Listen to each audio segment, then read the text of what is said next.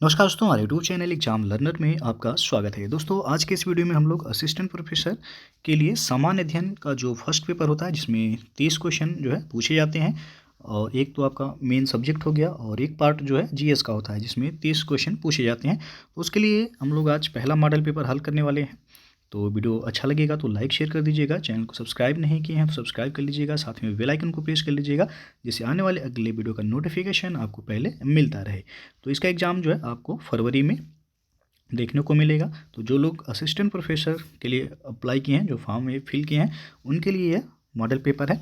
तो आइए देखते हैं। पहला जो प्रश्न है आपका यहाँ पे, भारत द्वारा प्रस्तावित डिजिटल पब्लिक इंफ्रास्ट्रक्चर को किस समूह द्वारा अपनाया गया है? तो यहाँ पे आप देख सकते हैं 4 ऑप्शन है। संघाई सहयोग संगठन यानी कि एससीओ द्वारा, या फिर G20 या ब्रिक्स, या फिर बिम्स्टेक के द्वारा। किसके द्वारा ये समूह या संगठन जो है अपनाया गया है?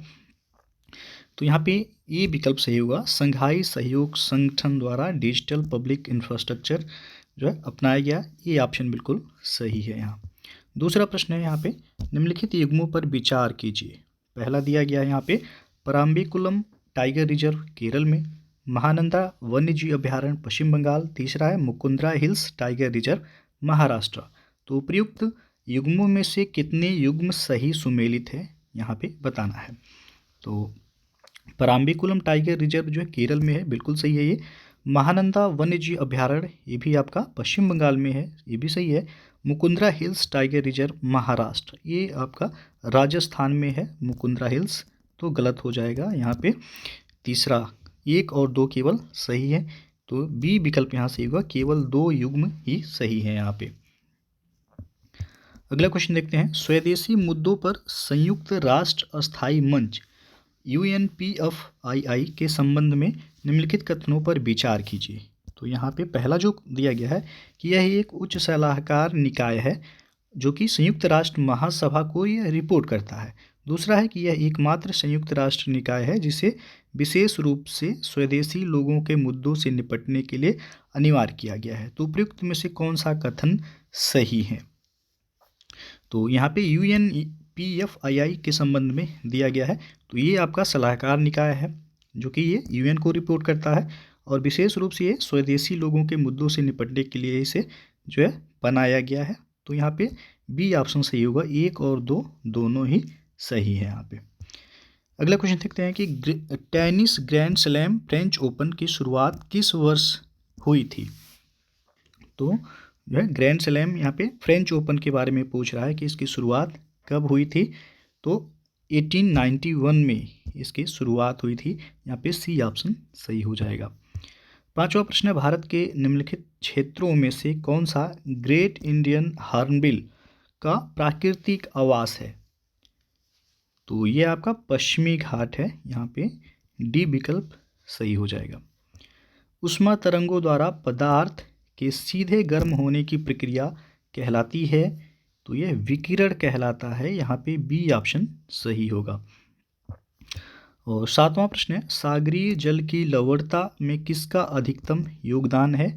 तो सोडियम क्लोराइड का होता है, यहाँ पे डी ऑप्शन सही हो जाएगा, NaCl जिसे कहा जाता है।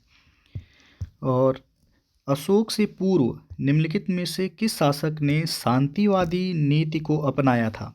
आठवां प्रश्न है ये।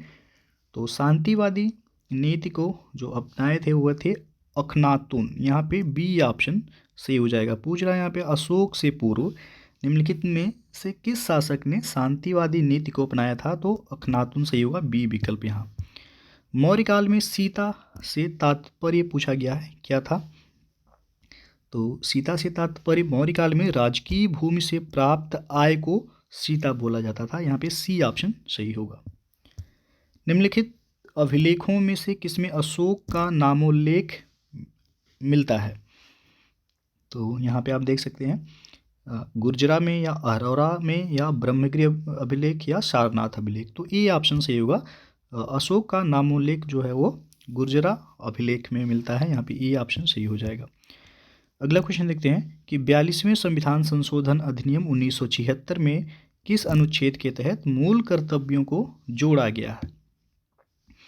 तो यहाँ पे आप देख सकते हैं मूल कर्तव्यों को कब जोड़ा गया था? तो एक प्रश्न यहाँ से ही बन जाएगा कि 42वें संविधान संशोधन अधिनियम 1976 में इसे जोड़ा गया था, किसकी सिफारिश पे, ये भी पूछा जाता है। तो सरदार स्वर्ण सिंह समिति की सिफारिश पे यह जोड़ा गया था। तो अनुच्छेद आपसे पूछा गया है 11वें प्रश्न में, तो यह है 51 का में इसे जोड़ा गया है।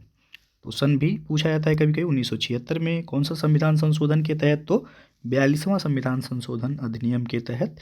तो समिति यदि पूछा है कि समिति की सिफारिश पर यह जोड़ा गया था मूल कर्तव्य, तो सरदार स्वर्ण सिंह समिति की अनुशंसा या सिफारिश पर जोड़ा गया था। अगला क्वेश्चन है कि संविधान में मौलिक कर्तव्यों को कब सम्मिलित किया गया था, वही प्रश्न है ये। तो सन आपसे इसमें पूछा है केवल, तो ध्यान में रखना है 1976। और संविधान संशोधन पूछा जाए तो 42वां संविधान संशोधन हो जाएगा। निम्न में किस प्रदेश में सर्वाधिक अनुसूचित जनजाति हैं, ध्यान दीजिएगा यहाँ पे जनजाति पूछा है, सर्वाधिक अनुसूचित जनजाति वाला प्रदेश पूछा गया है, तो यह मध्य प्रदेश होगा। यहाँ पे बी ऑप्शन सही हो जाएगा। और केवल अनुसूचित जाति पूछा जाता है एससी, तब आपका यहाँ पे यूपी होता सही। यहाँ पे एसटी के बारे में पूछा गया, अनुसूचित जनजाति के बारे में तो सर्वाधिक वही एमपी में पाए जाते हैं। अगला क्वेश्चन देखते हैं कि भारत में Tata iron steel company TISCO की स्थापना कब की गई थी। तो इसकी स्थापना हुई थी 1907 में। यहाँ पे सी ऑप्शन सही हो जाएगा। चक्रीय निर्धन वे हैं, तो यहाँ पे आप देख सकते हैं ऑप्शन जो 4 दिया गया है। तो चक्रीय निर्धन से संबंधित पूछा गया है, जो निरंतर निर्धन और गैर निर्धन होते रहते हैं वो चक्रीय निर्धन है। यहाँ पे ये ऑप्शन सही हो जाएगा। अगला क्वेश्चन है यहाँ पे नीचे दी गई मूल्यांकन प्रक्रियाओं में से उसकी पहचान कीजिए जिसको निर्माणात्मक मूल्यांकन कहा जाता है, और नीचे दिए गए कोड का प्रयोग करते हुए अपने उत्तर का चयन कीजिए। तो पहला जो दिया गया है यहाँ पे, शिक्षक पाठ्यक्रम का कार्य पूरा करने के बाद छात्रों को ग्रेड देता है। और दूसरा है कि शिक्षक कक्षा में छात्रों के साथ अंतःक्रिया के दौरान सुधारात्मक प्रतिपुष्टि प्रदान करता है। और तीसरा है कि शिक्षक इकाई परीक्षण में छात्रों को अंक देता है। और चौथा है शिक्षक कक्षा में ही छात्रों के संदेहों को स्पष्ट करता है। और पांचवा, छात्रों के समग्र निष्पादन के बारे में प्रत्येक 3 माह के अंतराल पर अभिभावकों को रिपोर्ट किया जाता है। और छठा दिया गया है कि शिक्षक प्रश्न उत्तर सत्र के माध्यम से अधिगमकर्ता की अभिप्रेरणा में वृद्धि करता है। तो कोड के माध्यम से बताना है कि इसमें से कौन कौन सा सही है, निर्माणात्मक मूल्यांकन के संबंध में ये दिया गया है। तो यहाँ पे आप देख सकते हैं कि शिक्षक पाठ्यक्रम का कार्य पूरा करने के बाद छात्रों को ग्रेड देता है, ये तो गलत हो जाएगा यहाँ पे। और दूसरा जो दिया गया है कि शिक्षक कक्षा में छात्रों के साथ अंतःक्रिया के दौरान सुधारात्मक प्रतिपुष्टि प्रदान करता है, तो ये तो सही है दूसरा यहाँ पे। तीसरा है कि शिक्षक इकाई परीक्षण में छात्रों को अंक देता है, तो यहाँ पे जो है ये भी गलत हो जाएगा, इकाई परीक्षण में अंक नहीं मिलता है। शिक्षक कक्षा में ही छात्रों के संदेहों को स्पष्ट करता है, बिल्कुल सही है। तो यहाँ पे दूसरा हो गया सही और चौथा हो गया। फिर पांचवा जो दिया गया है कि छात्रों के समग्र निष्पादन के बारे में प्रत्येक 3 माह के अंतराल पर अभिभावकों को रिपोर्ट किया जाता है, तो इसमें आपका 3 माह पे नहीं रिपोर्ट किया जाता है, ये भी सही नहीं है। शिक्षक प्रश्न उत्तर सत्र के माध्यम से अधिगमकर्ता की अभिप्रेरणा में वृद्धि करता है, तो ये आपका सही हो जाएगा यहाँ पे। तो 2 हो गया सही, 4 हो गया और 6। ऑप्शन कौन सा इसमें सही होगा, डी विकल्प सही होगा, यहाँ पे डी विकल्प सही है। अगला क्वेश्चन देखते हैं कि स्मार्ट कक्षा सुविधा का उपयोग किस पर निर्भर करता है। तो स्मार्ट क्लास जो है निर्भर करता है ये कंप्यूटर साक्षरता पर, यहाँ पे ए ऑप्शन सही होगा। और निम्नलिखित में से अध्येता की कौन सी विशेषता उसके अधिगम की दक्षता को प्रभावित नहीं करती है। तो यहाँ पे डी ऑप्शन सही होगा, लिंग जो है ये अध्येता की जो विशेषता है उसके अधिगम की दक्षता को प्रभावित नहीं करता है, यहाँ पे डी ऑप्शन सही होगा। नीचे 2 समुच्चय दिए गए हैं, अनुसंधान विधियां हैं फर्स्ट में, और सेकेंड में प्रदत्त संकलन उपकरण दिया गया है। दोनों समुच्चय का मिलान करके सही उत्तर का चयन करना है। तो यहाँ पे अनुसंधान विधि दिया गया है पहले में, दूसरे में संकलन उपकरण दिया गया है। तो प्रयोगात्मक विधि का जो प्रदत्त संकलन उपकरण होगा आपका मानकीकृत परीक्षाएं, ई का हो जाएगा यहाँ पे तीसरा। कार्योत्तर विधि का हो जाएगा विशेष अभिलक्षण परीक्षाएं, तो बी का हो जाएगा यहाँ पे चौथा। और तीसरा जो दिया गया है विवरणात्मक सर्वेक्षण विधि, तो ये हो जाएगा आपका प्रश्नावली, सी का दूसरा। और इतिवृत्तात्मक यानी कि ऐतिहासिक विधि का हो जाएगा पहला, प्राथमिक और द्वितीयक स्रोतों का उपयोग करना, तो डी का हो जाएगा पहला। 3 4 2 1 जिस ऑप्शन में होगा वो सही होगा आपका। तो 3 4 2 1 आप देख सकते हैं कि बी ऑप्शन यहाँ सही हो जाएगा, बी विकल्प सही है। अगला क्वेश्चन है क्रियात्मक अनुसंधान करने में सोपानों का सामान्य अनुक्रम क्या होता है? तो सबसे पहले यहाँ पे आपका बी ऑप्शन सही होगा, योजना निर्माण, फिर क्रियान्वयन, फिर प्रेक्षण और फिर विमर्श, यानी कि बी विकल्प यहाँ सही हो जाएगा। वर्ल्ड वाइड वेब www पर दस्तावेजों के वैश्विक पते के रूप में परिभाषित किया गया है, तो यह URL यानी कि ए ऑप्शन यहाँ पे सही होगा। यूनिवर्सल रिसोर्स लोकेटर बोला जाता है इसको, इसका फुल फॉर्म होता है URL का, कभी कभी फुल फॉर्म भी पूछा जाता है, तो ये ध्यान रखिएगा। अगला क्वेश्चन है आपका ग्राफिक्स मूल पाठ, ध्वनि, वीडियो एवं सजीवता से युक्त सूचना को कहा जाता है, तो यह मल्टीमीडिया कहलाता है, यहाँ पे सी ऑप्शन सही हो जाएगा। और LAN का यहाँ पे देखिए फुल फॉर्म पूछा गया है, तो लोकल एरिया नेटवर्क, यहाँ पे सही होगा बी ऑप्शन। अगला क्वेश्चन है आपका निम्न में से ईमेल के URL का कौन सा प्रारूप उपयुक्त है? तो 4 विकल्प दिया गया है, इसमें से कौन सा सही ऑप्शन होगा? तो बी ऑप्शन सही हो जाएगा, www@mail.com यहाँ पे सही हो जाएगा। सूक्ष्म बौद्धिक क्षमता की अवधारणा कहाँ से ली गई है? तो सूक्ष्म बौद्धिक क्षमता की अवधारणा ये मूल्य जनित नेटवर्क यानी कि वैल्यू एडेड नेटवर्क से होगा, डी ऑप्शन यहाँ पे। निम्नलिखित में कौन सी बीमारियां प्रदूषित जल के कारण होती हैं? तो जल प्रदूषण के कारण होने वाली बीमारी, तो इसमें पहला जो दिया गया है गियार्डियासिस, डेंगू, एमोहेबियासिस, टाइफाइड।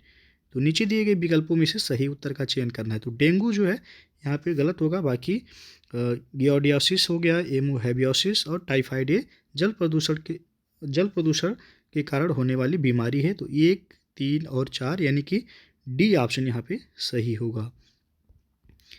अगला क्वेश्चन देखते हैं निम्नलिखित में से कौन सा CO2 गैस का सबसे बड़ा या सबसे बड़ी निमज्जक है या सिंक है? तो ऑप्शन आप देख सकते हैं 1 है महासागर है, हिम चादर है या चारागाह है। CO2 गैस का यानी कि कार्बन डाइऑक्साइड गैस का सबसे बड़ा निमज्जक पूछा है या सिंक पूछा है, कौन सा होगा इसमें? तो महासागर होगा, यहाँ पे बी ऑप्शन सही हो जाएगा। निम्नलिखित में से कौन सा आवाहन जन्य प्रदूषक है? तो 28वां जो सही ऑप्शन होगा क्लोरोफ्लोरोकार्बन, CFC जिसे बोला जाता है, तो ये जो है पूछा गया है कि निम्नलिखित में से कौन सा आवाहन जन्य प्रदूषक है? तो CFC यानी कि क्लोरोफ्लोरोकार्बन, यानी कि जो वाहन के कारण प्रदूषण जो नहीं होता है, तो क्लोरोफ्लोरोकार्बन है। कार्बन मोनोऑक्साइड है वाहन द्वारा प्रदूषण, हाइड्रोकार्बन कटकीय द्रव्य, ये सभी जो है वाहन जन्य प्रदूषक हैं, और आवाहन जन्य प्रदूषक इसमें CFC है, क्लोरोफ्लोरोकार्बन। अगला क्वेश्चन देखते हैं निम्नांकित में से कौन सा अभिकथन नील क्रांति के आदर्श को प्रदर्शित करता है? तो कोट में से अपना उत्तर चयन करना है। पहला देखते हैं जैव उद्यानों के विकास को बढ़ावा देना, दूसरा है देश में मत्स्य पालन की पूर्ण क्षमता के विकास के लिए अनुकूल परिवेश बनाना, और तीसरा है वहनीयता की चिंताओं को ध्यान में रखते हुए मत्स्य पालकों की आय में बढ़ोतरी करना, और चौथा है वन क्षेत्र बढ़ाने के लिए वानिकी में वैज्ञानिक शोध को प्रोत्साहित करना, और पांचवा है आपका देश में मत्स्य पालन के समग्र विकास को बढ़ावा देना, और छठा है समुद्री फिनफिश जैसे नए क्षेत्रों में शोध करना। तो कोड के माध्यम से आपको यहाँ पे बताना है कि कौन सा ऑप्शन सही होगा। पूछा है नील क्रांति के संबंध में, तो नील क्रांति के संबंध में तो पहला तो यहाँ पे गलत होगा, ये जैव उद्यान के विकास को बढ़ावा देने से संबंधित नहीं है, ये जो है मत्स्य पालन की पूर्ण क्षमता के विकास के लिए अनुकूल परिवेश बनाना, ये सही हो जाएगा दूसरा आपका। उसके बाद तीसरा भी यहाँ पे सही होगा कि वहनीयता की चिंताओं को ध्यान में रखते हुए मत्स्य पालकों की आय में बढ़ोतरी करना, तीसरा भी यहाँ पे सही है। और चौथा जो दिया गया है यहाँ पे वन क्षेत्र बढ़ाने के लिए, तो ये आपका जो नीली क्रांति है वो वन क्षेत्र से संबंधित नहीं है, वानिकी से भी संबंधित नहीं है, तो चौथा भी यहाँ पे गलत हो जाएगा। फिर पांचवा जो दिया गया है यहाँ पे आप देख सकते हैं, देश में मत्स्य पालन के समग्र विकास को बढ़ावा देना, तो ये भी सही है आपका। और छठा जो दिया गया है यहाँ पे कि समुद्री फिनफिश जैसे नए क्षेत्रों में शोध करना, ये भी आपका गलत है। तो सही कौन सा है आपका? दूसरा, तीसरा और पांचवा सही है। तो 2, 3, 5 जिस ऑप्शन में होगा वो सही होगा, यानी कि ए विकल्प यहाँ पे सही हो जाएगा। नीली क्रांति या नील क्रांति से संबंधित जो है पूछा गया है। अगला और अंतिम प्रश्न ये, नीचे 2 समूह दिए गए हैं, समूह 1 में प्रदूषण के प्रकार दिए गए हैं जबकि समूह 2 में उनके स्रोत बताए गए हैं। तो आपको बताना है यहाँ पे मिलान करके कि कौन सा ऑप्शन सही होगा। तो वायु प्रदूषण के प्रकार में देखा जाए तो ये उद्योग जो है थर्मल विद्युत संयंत्र और मोटर वाहनों का उत्सर्जन के कारण यह होता है, तो यहाँ पे ये कहा जाएगा दूसरा। फिर है भूमि प्रदूषण, तो ये आपका रासायनिक उर्वरकों का अत्यधिक उपयोग के कारण हो जाएगा, तो ए का हो जाएगा दूसरा और बी का हो गया आपका यहाँ पे चौथा। जल प्रदूषण, तो यहाँ पे जल प्रदूषण जो होगा वह बिंदु और गैर बिंदु स्रोत जैसे उद्योग इत्यादि से उत्सर्जन जो निकलता है वो से जल प्रदूषण होता है, तो सी का हो जाएगा पहला। और ध्वनि प्रदूषण जो है सड़क, वायुयान, औद्योगिक और उच्च क्षमता वाले सोनार के कारण होता है ध्वनि प्रदूषण, तो डी का हो जाएगा तीसरा। 2, 4, 1, 3 जिस ऑप्शन में होगा वह सही होगा, तो 2, 4, 1, 3 यानी कि विकल्प बी यहाँ पे सही हो जाएगा। तो दोस्तों ये था आपका असिस्टेंट प्रोफेसर के लिए सामान्य अध्ययन का जो है पहला मॉडल पेपर। तो वीडियो अच्छा लगा हो तो लाइक शेयर कर दीजिएगा, चैनल को सब्सक्राइब नहीं किए तो सब्सक्राइब कर लीजिएगा, साथ में बेल आइकन को प्रेस कर लीजिएगा जिससे आने वाले अगले वीडियो का नोटिफिकेशन आपको पहले मिलता रहे। तो वीडियो को पूरा देखने के लिए बहुत बहुत धन्यवाद।